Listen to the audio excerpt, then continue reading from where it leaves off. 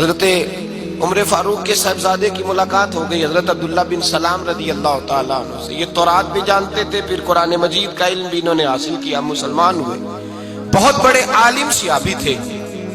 تو حضرت عمر فاروق کے بیٹے سے فرمانے لگے تو کفل جہنم کا بیٹا ہے. وہ دوڑے گئے اپنے ابا جی کے پاس شکایت لے کے کہ ابا جی وہ تو آپ کو دوزخ کے دروازے کا تالا کہہ رہے ہیں جناب عبداللہ بن سلام. تو سیدنا عمر نے مسکرانا شروع کر دیا، فرمایا اسے کیا لکھ کے دے، اسے کہہ دو لکھ کے دے دے.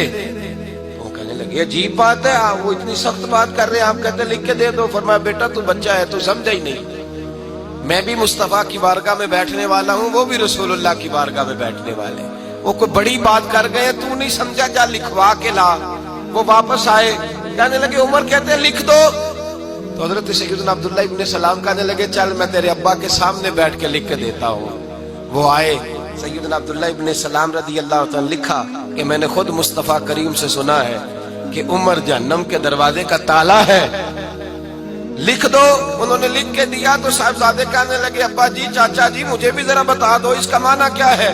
تو حضرت عبداللہ ابن سلام کہنے لگے بیٹے